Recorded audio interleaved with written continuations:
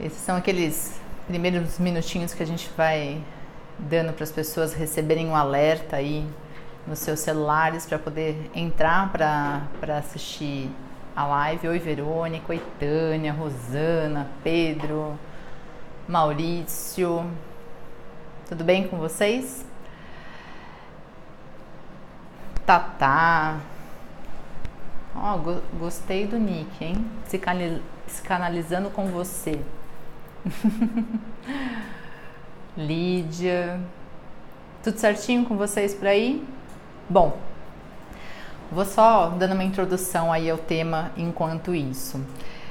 Muita gente não sabe, mas em janeiro nós temos o mês na verdade, de atenção à saúde mental, que é chamado de Janeiro Branco. Então, justamente em comemoração ao Janeiro Branco, a gente resolveu fazer essa live de hoje falando do porquê ou quando eu preciso buscar um atendimento psicoterápico ou uma análise. O Janeiro Branco ele tem como uma das frases de impacto para as pessoas que quem cuida da mente cuida da vida, ou seja, a gente tem uma associação completa entre mente, corpo e a forma como nós nos sentimos frente à vida de maneira geral. Então, cuidar da mente é uma forma de você buscar também saúde, não só mental, mas saúde num contexto amplo. Saúde, inclusive, para quem não sabe, por definição, é um equilíbrio físico e mental. Então, quando a gente passa a cuidar mais da saúde, a gente passa de alguma forma a estar também cuidando da nossa saúde.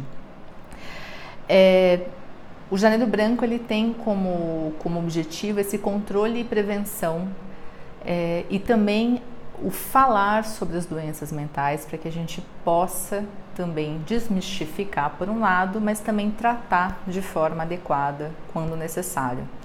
E aí eu queria puxar um pouquinho esse gancho do Janeiro Branco para conversar com vocês, inclusive quem quiser ir fazendo perguntas pode ir fazendo, eu vou seguindo aqui para responder para vocês.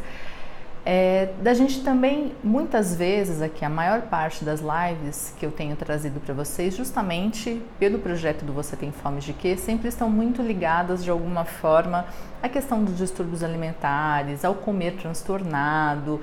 Então, isso ocorre com esse tema, ele é bastante recorrente aqui. E nós sempre falamos, tanto quando eu estou com nutricionistas, ou com educadores físicos, ou com médicos, o quanto que a busca para o tratamento ela é muito importante nesses casos. Mas hoje a ideia também era de poder mostrar para vocês e trazer aqui para vocês de que não só nesses casos onde há um distúrbio alimentar ou onde há um comer transtornado, já que vocês já estão mais acostumados a escutar isso por aqui, a ver as lives quando a gente fala sobre isso, mas de poder trazer o quanto que a busca por terapia, a busca pelo atendimento, ou quando a pessoa se dá conta, eu preciso de terapia, e agora? O que eu faço? Como é que eu procuro? Né? Quando eu devo procurar? Como eu devo procurar? Então, é para também poder desmistificar um pouco isso. Tem uma frase que é muito comum das pessoas dizerem que é assim, e isso eu escuto bastante aqui no consultório, inclusive fora do consultório, eu acho que todo mundo deveria fazer terapia. E eu sou a primeira pessoa a dizer não acho que todo mundo deveria fazer terapia. Por quê? Existe algo muito importante que é a pessoa querer. Então, não é só de que é muito bom para todo mundo. Sim, mas tem um fator que é determinante, desde que a pessoa queira. É claro que existem alguns casos em que essas pessoas precisam de uma colaboração, às vezes da família, às vezes de um amigo, às vezes até do marido, do namorado, para que essa pessoa consiga perceber que ela está precisando de ajuda. Sim, existem casos como esse, mas na maior parte das vezes é por escolha própria. E mesmo nesses casos que eu citei como exemplo, quando a pessoa precisa desse impulso que venha de fora, ela só permanece no atendimento, ela só vai a cabo com o atendimento se ela realmente quiser. Então esse é um outro ponto importante. Quando procurar atendimento, por exemplo? Normalmente as pessoas procuram um atendimento quando Vulgarmente se diz algum tipo de problema, eu prefiro dizer que algum tipo de desconforto surge. Seja na relação consigo própria, com o seu corpo, a sua relação com a família, a sua relação com os filhos, a sua relação com o trabalho, ou seja, todas as esferas que abarcam a vida dessa pessoa. Então, existe algum tipo de desconforto. O que acaba acontecendo em alguns casos é que as pessoas também têm muito receio de, poxa, eu vou buscar terapia, mas o que os outros vão achar disso? Ou, a terapia é coisa pra gente louca. Nossa, eu escutava isso demais. Tem uma coisa bacana, melhorou muito nos últimos anos, assim, desses praticamente 18 anos que eu atendo, do início da minha carreira para cá, as pessoas têm procurado cada vez mais atendimento, mas ainda existe esse estigma de que, não, eu não sou louca, eu não preciso de atendimento. E as pessoas esquecem que esse é um lugar... Oi, Rose, tudo bem? As pessoas esquecem que esse é um lugar onde as pessoas que procuram o atendimento, elas procuram por algum tipo de desconforto, por algum tipo de problema, por algum tipo de sofrimento que está ali. Então, nunca é à toa. E ter esse olhar mais cuidadoso sobre as pessoas, do porquê que elas procuram, é importante. E eu sempre acabo fazendo uma brincadeira que a maior parte das pessoas que tem muitas restrições com relação à procura por terapia, muitas vezes são aquelas que mais precisam e que acabam tendo um pouco de receio, assim, de admitir que de repente precisam de uma ajuda profissional. As pessoas fazem muito uma confusão entre a procura por atendimento com um psicólogo e a procura com atendimento com coach, por exemplo. São coisas completamente diferentes. Só para fazer uma explicação rápida, coach, ele não necessariamente é formado em psicologia e o tipo de atendimento que ele presta é completamente diferente de um psicólogo que vai entrar nesse âmbito da questão psicológica, da forma como a pessoa se sente frente às suas questões. Um psicólogo, ele pode, conjuntamente com um psiquiatra e uma equipe multidisciplinar, fazer diagnóstico. Um coach já não pode. Então, há uma mistura muito grande das pessoas do que é o trabalho de um e de outro, né? São trabalhos bastante diferentes um do outro, e é importante que a gente tenha essa noção. O que faz, de alguma forma, muitas vezes as pessoas terem dificuldade de procurar um atendimento? Às vezes as pessoas não sabem como procurar. Então, por exemplo, como aqui tem muita gente que é de São Paulo, ou acaba sendo de outros estados, ou como a Rose, que é do Japão, uma das coisas que colabora para a busca do atendimento, quando você não sabe por onde procurar, é por indicação. A maior parte das pessoas procura psicólogos por indicação, né? Alguns procuram por meio do livrinho do convênio médico, sim, também existe isso. Para quem tem alguma dificuldade com relação de repente, ao custo de um trabalho, de um atendimento, uma dica que eu sempre dou: toda a faculdade de psicologia, ela tem a clínica psicológica, onde os alunos de 4º e 5º ano atendem a comunidade sem nenhum tipo de custo. Claro que, obviamente, por ter uma busca, uma procura muito alta, tem fila de espera, o SUS também faz o atendimento, mas é uma forma de você ter o atendimento gratuito. Algumas instituições em alguns estados também prestam esse atendimento sem custo, então é uma forma de procurar também. Quantas pessoas aqui que estão assistindo fazem terapia? Será que as pessoas levantam a mão aí para dizer quem faz ou não? Vamos ver se dá tempo do pessoal responder. Uma outra coisa que enquanto o pessoal responde eu queria dizer para vocês, uma outra coisa que eu acho que é importante, que assim, esse tabu que muitas coisas, Carolina dizendo que faz, Maiara dizendo que faz, tem bastante gente que faz, né, o atendimento psicoterápico, e com certeza é importante da gente diminuir esse estigma que as pessoas têm de que não é bacana ou tem algum problema por estar procurando.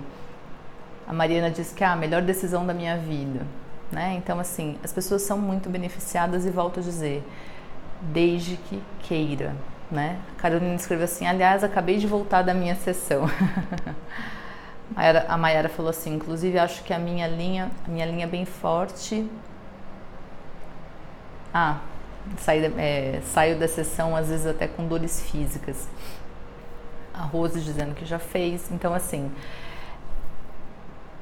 Maíra, isso muitas vezes acontece e até é interessante porque existe às vezes um receio de algumas pessoas de que, mas como é que o atendimento ele funciona, né? O que é que eu vou falar para esse profissional? Na verdade, você vai falar sobre você, né?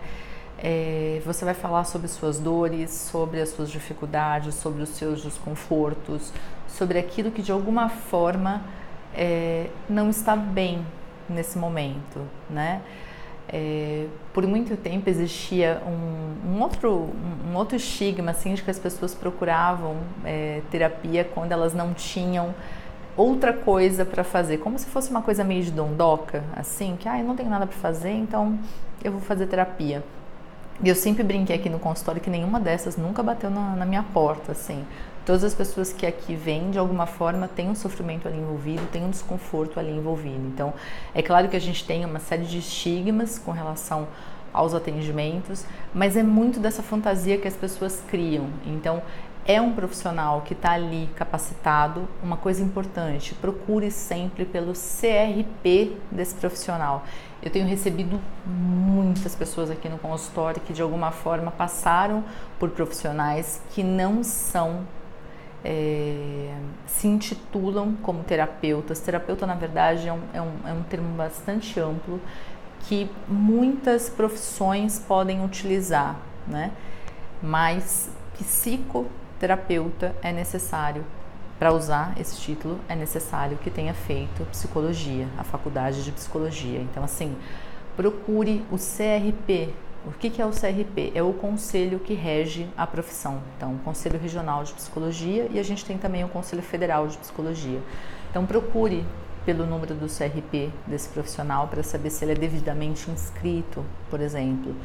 Sempre queira essa definição se o profissional que está te atendendo, ele é um psicólogo. Sim, existem algumas especialidades que abrem a possibilidade do profissional atender, mesmo não tendo feito a faculdade de psicologia.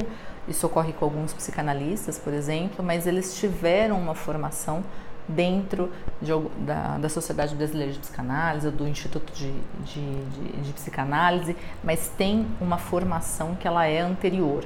Algum tipo de formação ela existe. A Renata está dizendo assim, terminei o curso de psicologia e nunca fiz terapia. Isso pode interferir na minha vida profissional? Então, não existe, pelo Conselho Regional de Psicologia, não existe nenhuma obrigatoriedade, infelizmente, de que o profissional ou o aluno da graduação, o graduando, ele seja obrigado a fazer terapia para poder atender e para poder se formar. Infelizmente não existe isso. Por que eu digo infelizmente? Digo isso pela minha experiência como graduanda e digo isso como profissional já formada. É muito difícil você oferecer às outras pessoas um atendimento se você nunca passou por isso, você não sabe, você nunca presenciou com relação às suas próprias questões como é que é essa relação psicólogo-paciente. Então fica difícil você reproduzir isso, né, com os seus pacientes. E mais do que isso, existe uma questão do quanto que os seus conteúdos internos precisam ser trabalhados para que eles não interfiram no seu atendimento. E isso fica bastante difícil quando a pessoa não tem ainda essa consciência e esse saber sobre si mesma, sobre as suas questões. E isso muitas vezes pode esbarrar nas questões dos pacientes. Por isso que para um psicólogo atender, o que a gente observa que é melhor é que ele tenha a sua terapia individual, a sua análise individual e também tenha a supervisão de caso. O que é a supervisão de caso? É quando um profissional, psicólogo ou psicanalista com mais tempo de formação do que você leva os seus casos para serem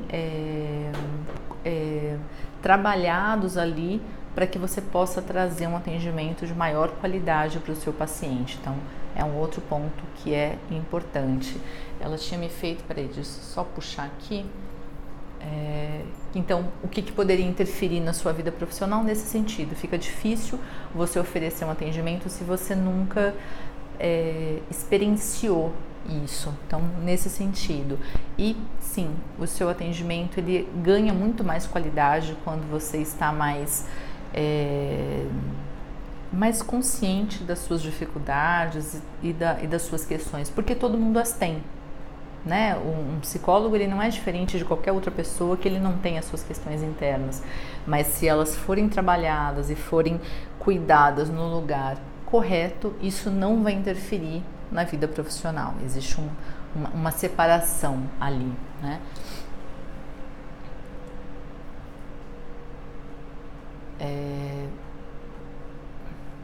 A Renata também me perguntou qual que é a minha abordagem. Eu fiz a minha formação em psicanálise lacaniana, mas eu sempre me intitulo como psicóloga clínica porque eu acho que é a forma mais fácil das pessoas conseguirem entender. Oi, Elba, tudo bem? Marine, é isso? Como saber qual tipo de terapia procurar? A gente tem diversas abordagens, tanto dentro da psicoterapia quanto da psicanálise. Então, se a gente for pegar para psicoterapia, você tem psicoterapia comportamental, psicoterapia gestalt, tem diversos. E dentro da psicanálise, a gente também vai ter uma série de abordagens, como abordagem lacaniana, freudiana, winnicottiana, uma série de teóricos que a gente tem. E o que eu costumo dizer assim é que não existe uma abordagem certa ou...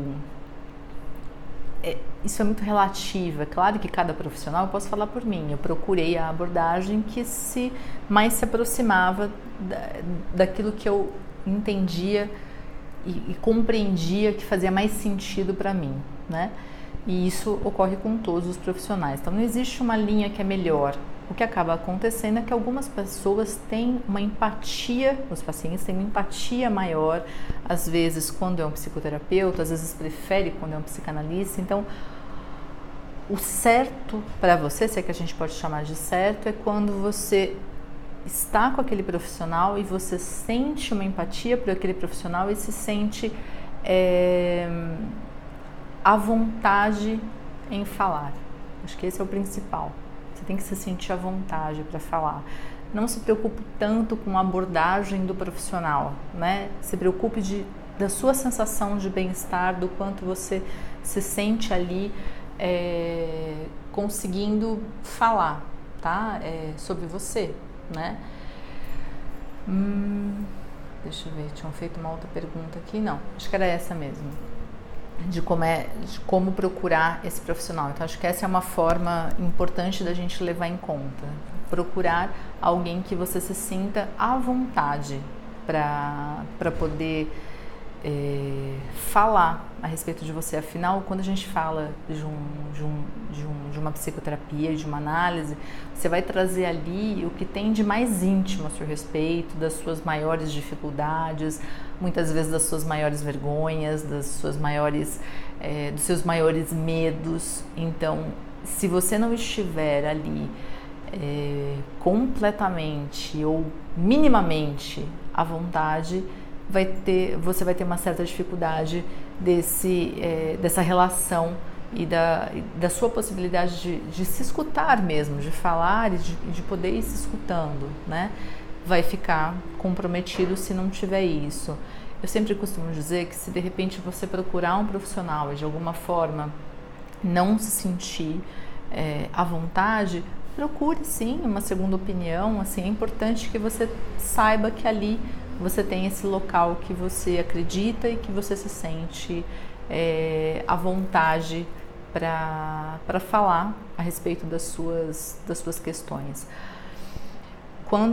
Para quem não assistiu o início da live, quando a gente propôs que o tema hoje fosse a respeito de e aí, né? Preciso de terapia, como é que eu procuro?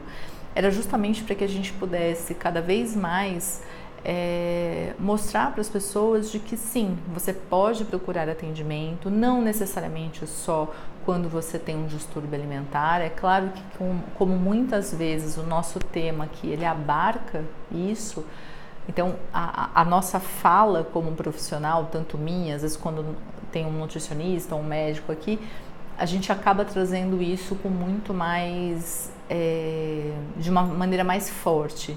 Mas o importante é que você procure toda vez que você perceber algum tipo de desconforto, né? Tem algo que não está bem, que eu não estou me sentindo bem, procure um profissional.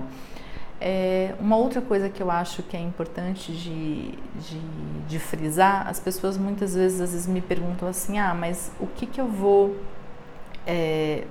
vou conseguir por meio de um atendimento, por meio de uma psicoterapia, de uma análise. E a minha resposta, ela sempre costuma ser mais ou menos a mesma, assim. A ideia é que você consiga ir além do seu desconforto, além das dificuldades. É ter essa noção sobre si próprio, mas de conseguir ir além, né? A Renata está dizendo assim, infelizmente o estigma ainda se faz presente. Sim, se faz presente, mas tem tantas outras coisas que a gente enfrenta, uma série de dificuldades, e apesar de acharmos que não deveria ter tanta dificuldade, ainda existe. Então, eu acho que um dos pontos mais importantes é se você procura aquilo que você sabe que você está fazendo para essa melhora, né? Da forma como você se vê, da maneira como você se enxerga, até das dificuldades que você enfrenta. Então, acho que isso faz, no final das contas, acaba fazendo toda a diferença. Que o estigma, ele existe? Sim, cada vez menos, mas ele ainda existe. O que precisa acontecer é de, às vezes, dar menos atenção para isso do que normalmente a gente acaba dando.